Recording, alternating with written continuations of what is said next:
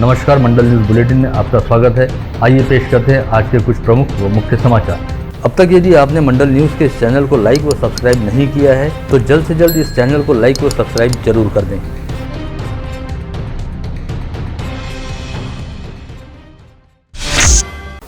राज्य में सभी शालाओं को आगामी सोमवार 24 जनवरी से शुरू किया जाएगा। इस आशय की जानकारी राज्य की शालेय शिक्षा मंत्री वर्षा गायकवाड़ तथा शालेय शिक्षा राज्य मंत्री बच्चू कडू द्वारा दी गई।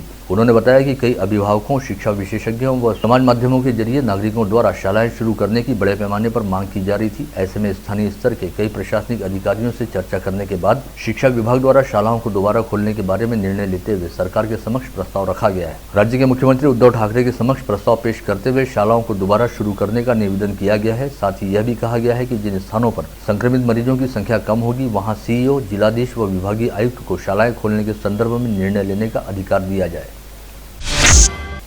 ओबीसी आरक्षण को लेकर सर्वोच्च न्यायालय ने एक ऐतिहासिक फैसला सुनाते हुए कहा कि आरक्षण व गुणवत्ता एक दूसरे के विरुद्ध नहीं है, बल्कि सामाजिक न्याय के लिए आरक्षण बेहद आवश्यक है। साथ ही न्यायालय ने वैद्यकीय महाविद्यालय में एमबीबीएस व बीडीएस सहित सभी पदव्युत्तर पाठ्यक्रमों में 27% ओबीसी आरक्षण व 10% ईडब्ल्यूएस आरक्षण को संवैधानिक रूप से कायम रखा है। इस बारे में आज विस्तृत फैसला सुनाते हुए सुप्रीम कोर्ट ने कहा कि यदि आरक्षण की वजह से किसी एक विशिष्ट वर्ग की आर्थिक स्थिति सुधर गई है तो इसके आधार पर आरक्षण को पूरी तरह गलत साबित करना अन्याय होगा। आज अमरावती महानगर पालिका के विश्वरत्न डॉक्टर बाबा साहब अम्बेडकर सभागार में मनपा के मौजूदा पदाधिकारियों व सदस्यों के कार्यकाल की संभवतः अंतिम आम सभा हुई, किंतु इस अंतिम आम सभा को लेकर मनपा के सत्ता पक्ष व विपक्ष में जो गंभीरता दिखाई देनी थी उसका सर्वथा अभाव दिखाई दिया और विगत कुछ आम सभाओं की तरह यह आम सभा भी किसी ठोस नतीजे पर पहुंचे बिना आपसी गहमागहमी के साथ निपट गई। इस आम सभा के प्रारंभ में उस समय हंगामा मचा जब पिछली आम सभा के कार्य वृत्तांत को सदन में मंजूरी के लिए पेश किया गया। इस समय नेता प्रतिपक्ष बबलू शेखावत तथा पूर्व महापौर व पार्षद विलास इंगोले एवं मिलिंद चमोटे ने इस बात को लेकर अपनी आपत्ति दर्ज कराई कि विगत आम सभा के दौरान उन्होंने जो कुछ कहा था उसे प्रोसीडिंग में सही दर्ज से दर्ज नहीं किया गया और प्रोसीडिंग पूरी तरह से गलत है। जिस पर पीठासीन सभापति व महापौर चेतन गावंडे ने विपक्ष को भरोसा दिलाया कि आगामी 8 दिनों के भीतर नया प्रोसीडिंग बनाकर सभी सदस्यों को भेज दिया जाएगा।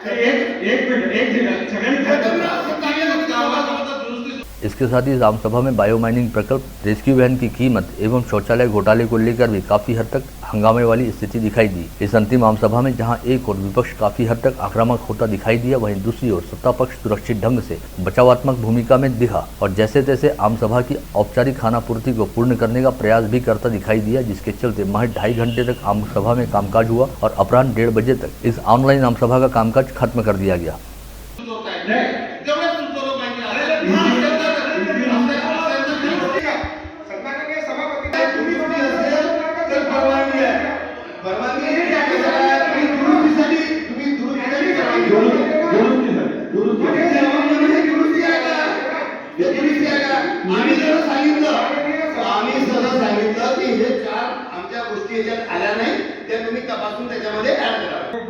प्रत्येक प्रकरणी चौकशी समिती स्पेशल चौकशी समिती जर नेमली नसेल तर ती चौकशी समिती पुढच्या आठवड्यामध्ये मी नेमून टाकायचे आदेश देतो आणि ज्या ज्या प्रकरणामध्ये चौकशी समिती नेमलेली आहे त्या चौकशी समितीचा काय अहवाल आलेला असेल त्या अहवालावर जी काही कार्यवाही करायची ती सुद्धा कार्यवाही मी करून पुढच्या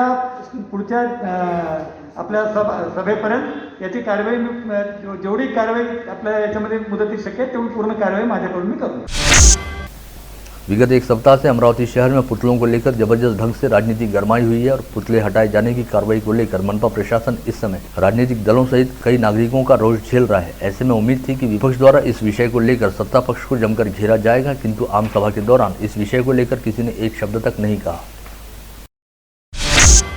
अमरावती मनपा प्रशासन द्वारा राजापेट रेलवे उड़ान पुल से छत्रपति शिवाजी महाराज का पुतला हटाए जाने की कार्रवाई का निषेध करते हुए युवा स्वाभिमान पार्टी के 3 पार्षदों आशीष गावंडे, सपना ठाकुर व सुमति ढोके ने बीते दिनों निगमायुक्त डॉक्टर आष्टीकर को अपना इस्तीफा सौंपा था, जिसे मनपा प्रशासन द्वारा मंजूर कर लिया गया है। और इस संदर्भ में राज्य निर्वाचन आयोग को एक पत्र जारी करते हुए अमरावती महानगर पालिका में 3 पार्षदों के पद अब रिक्त रहने की जानकारी भी दी गई है।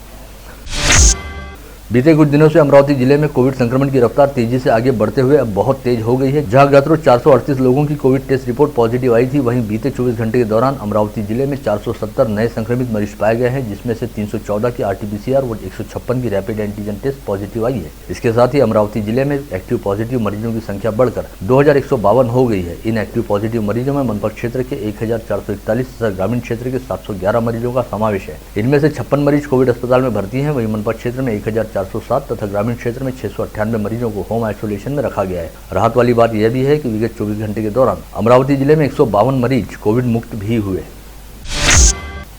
विगत 24 घंटे के दौरान जिले में 1787 संदिग्धों के थ्रोट सैंपलों की जांच की गई, जिसमें से रिकॉर्ड 26.30% की टेस्ट रिपोर्ट पॉजिटिव आई है। यह इस समय तक का सर्वाधिक पॉजिटिविटी रेट है। वहीं इस समय कोविड संक्रमित मरीजों के कोविड मुक्त होने का प्रमाण घटकर 96.22% के स्तर पर जा पहुंचा है।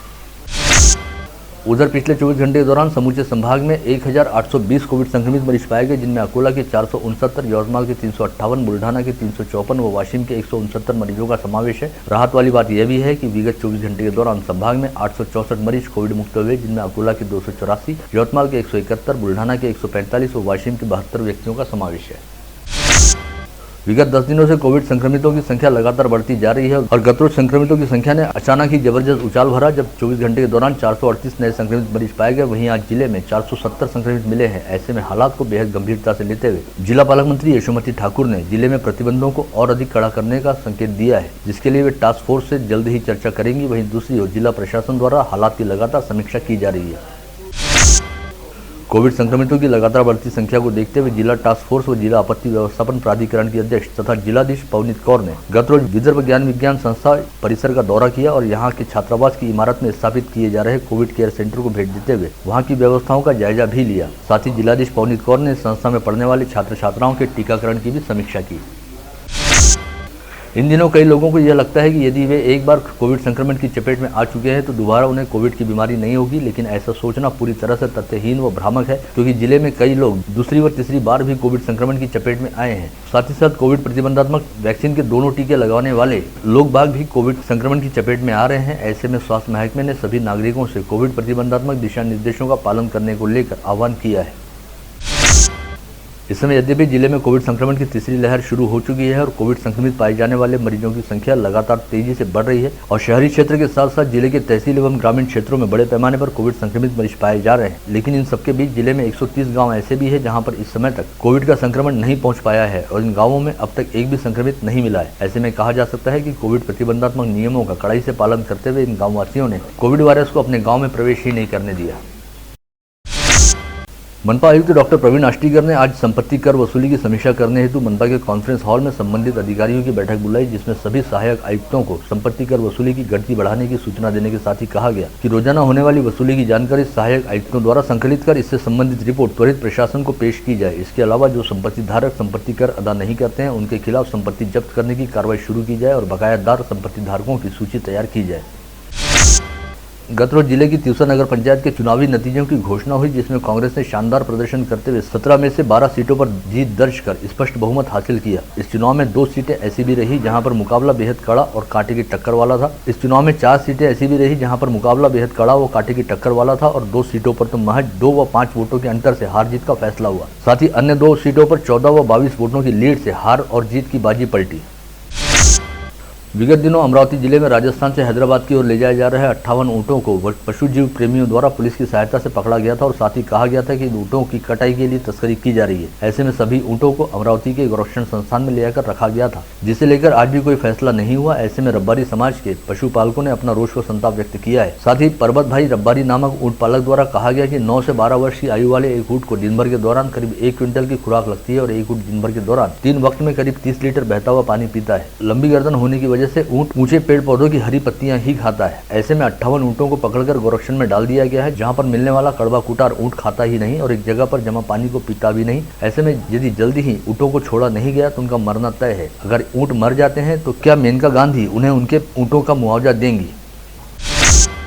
वहीं दूसरी ओर इस संदर्भ में अमरावती की श्री गोरक्षण संस्था के सचिव दीपक मंत्री से इस संदर्भ में बात करने पर उन्होंने बताया कि गोरक्षण संस्थान में इन 58 ऊँटों का बड़े बेहतरीन ढंग से ख्याल रखा जा रहा है और गूगल व यूट्यूब पर सर्च करते हुए ऊँटों के खानपान संबंधी आदतों के बारे में जानकारी हासिल की गई है, जिसके अनुसार ऊँटों के लिए गोरक्षण में चारे पानी की तमाम व्यवस्था की गई है और रोजाना 2 से 3 ट्रक हरा चारा व 1-2 ट्रक सूखा चारा लाया जा रहा है और यहाँ पर जानवरों के पीने हेतु 24 घंटे पानी की पूरी व्यवस्था है। ऐसे में ऊँटों के भूखे प्यासे रहने को लेकर तमाम दावे झूठे हैं और इस तरह के दावे करते हुए केवल इन ऊँटों को छुड़ाने का प्रयास किया जा रहा है। भातकुली तहसील अंतर्गत खारतले गांव निवासी निरंजन रामेकर नामक युवक का विगत कुछ समय से केरल के विसूर स्थित मनोवैज्ञानिक केंद्र में इलाज चल रहा है। ऐसे में जिला पालक मंत्री यशोमती ठाकुर ने इस मनोवैज्ञानिक केंद्र के डॉक्टरों से चर्चा कर निरंजन के वापस अपने घर लौटने की व्यवस्था कराई, जिसके चलते जल्द ही निरंजन रामेकर अपने घर परिवार के बीच होगा, जिसके लिए रामेकर परिवार ने पालक मंत्री यशोमती ठाकुर के प्रति आभार ज्ञापित किया है। सहकार विभाग ने गत रोज शहर में 5 स्थानों पर अवैध साहूकारी के संदेह को लेकर छापामार कार्रवाई की, जिसके तहत 3 लाइसेंस धारक साहूकारों के पास कुछ आपत्तिजनक दस्तावेज पाए गए, जिनमें कुछ खरीदी खत व कोरे धनादेशों का समावेश है। यह कार्रवाई सहकार विभाग के 5 पथकों द्वारा एक ही समय पर अलग अलग स्थानों पर की गई। सहकार विभाग द्वारा दी गई जानकारी के मुताबिक इन सभी व्यक्तियों की पहले सुनवाई की जाएगी, जिसके तहत सभी दस्तावेजों की जांच पड़ताल होगी। इसमें यदि अवैध साहूकारी का मामला साबित होता है तो संबंधितों के खिलाफ महाराष्ट्र साहूकारी अधिनियम की धारा 39, 40 व 45 के तहत अपराध दर्ज किया जाएगा।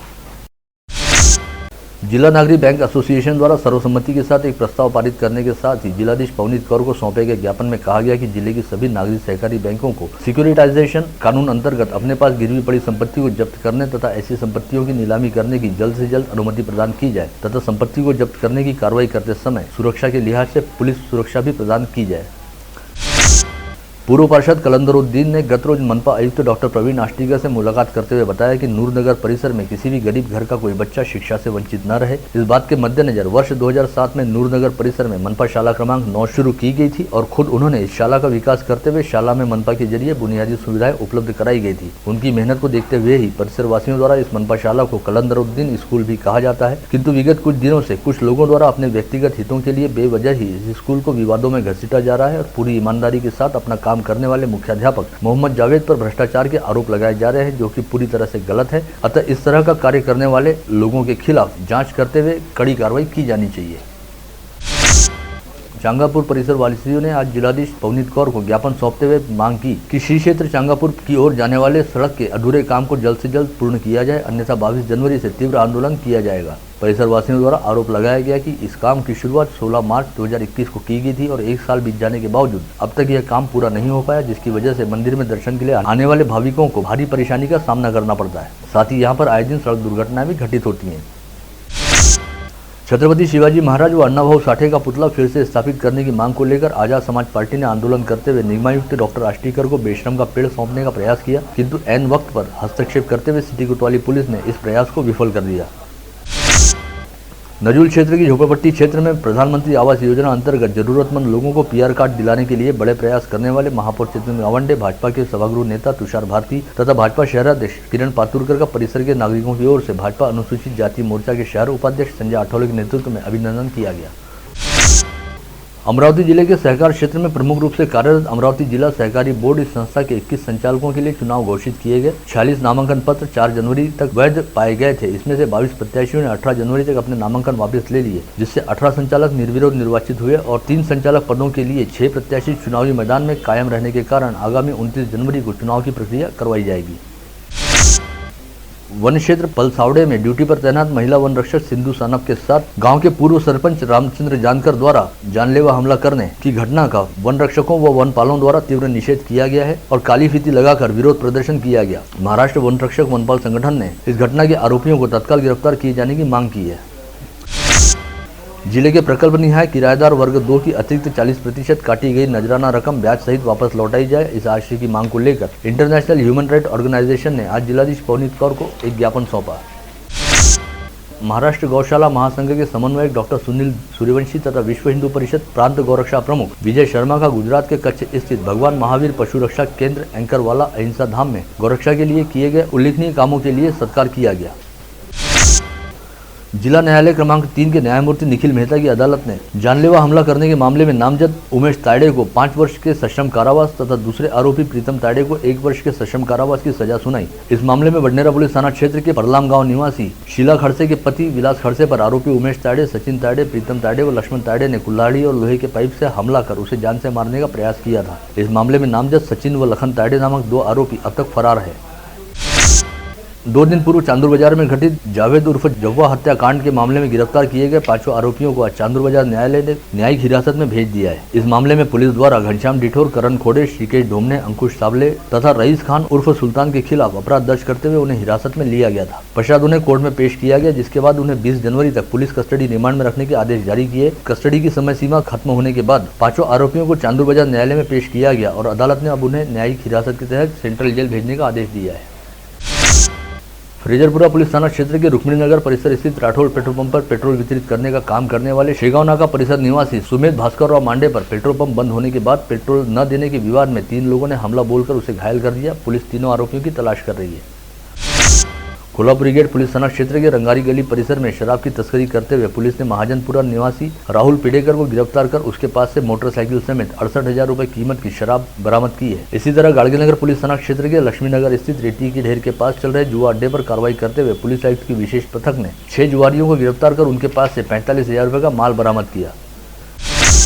नागपुर जिले के कुही गांव में नाव से जाते समय नदी के बीचों बीच नाव पलट जाने की वजह से 5 महिलाएं डूब गई। इसमें से 1 महिला की मौत हो गई, वहीं 3 अन्य महिलाओं की हालत चिंताजनक बताई गई है। साथ ही 1 महिला को इस हादसे में सुरक्षित बचा लिया गया है। आप देख रहे थे मंडल न्यूज बुलेटिन। हमारे चैनल को लाइक करें, शेयर करें और हाँ, सब्सक्राइब करना ना भूलें। कल होगी आपसे फिर मुलाकात, तब तक के लिए धन्यवाद।